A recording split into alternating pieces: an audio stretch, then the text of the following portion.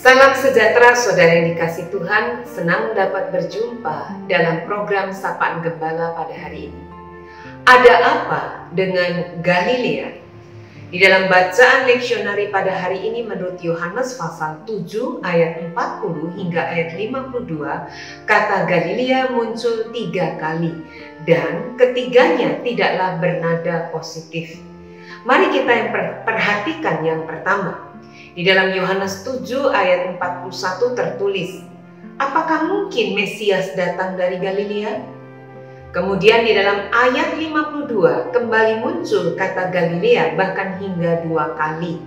Saat itu imam-imam kepala berkata kepada Nikodemus yang mencoba mengingatkan mereka untuk bertindak adil terhadap Yesus.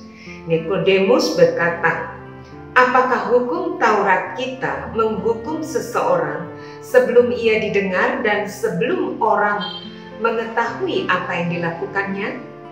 Ayat 51. Oh ya, kita perlu ingat bahwa sebelumnya orang-orang Farisi dan imam-imam kepala memang telah memerintahkan penjaga-penjaga bait Allah untuk menangkap Yesus.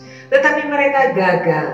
Karena justru para tentara itu terkesima dengan pengajaran Yesus. Menarik bukan?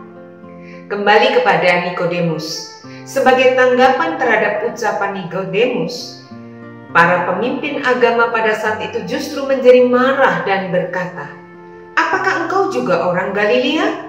Selidikilah kitab suci dan engkau akan tahu bahwa tidak ada nabi yang muncul dari Galilea.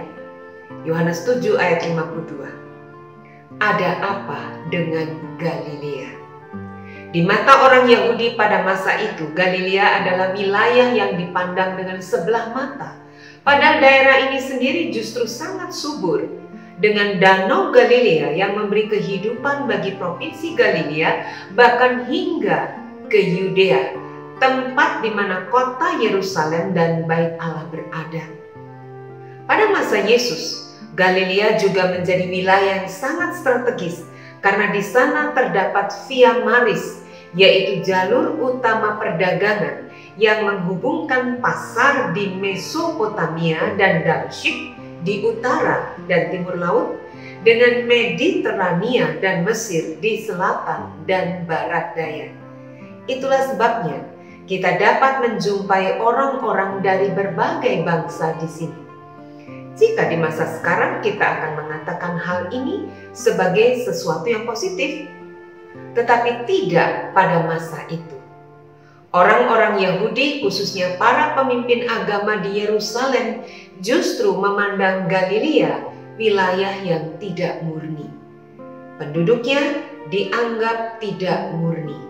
Nah, kita bisa mengerti bukan jika mereka bereaksi negatif terhadap Yesus yang dipandang berasal dari Galilea.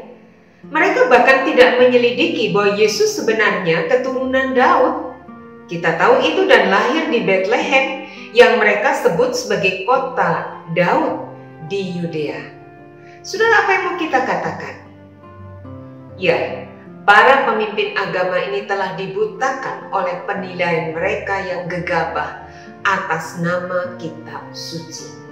Padahal mereka lupa bahwa Nabi Yesaya pernah menubuatkan bahwa Allah akan memuliakan Galilea, wilayah bangsa-bangsa lain, dan bangsa di sana akan melihat terang yang besar. Kita dapat memeriksa Yesaya 8 ayat 23 hingga pasal 9 ayat 1. Jika kita membaca Matius 4 ayat 13 hingga 16, kita menemukan bagaimana Matius dengan jelas memandang karya Yesus sebagai pemenuhan dari nubuat ini. Jadi, apa yang hendak kita katakan?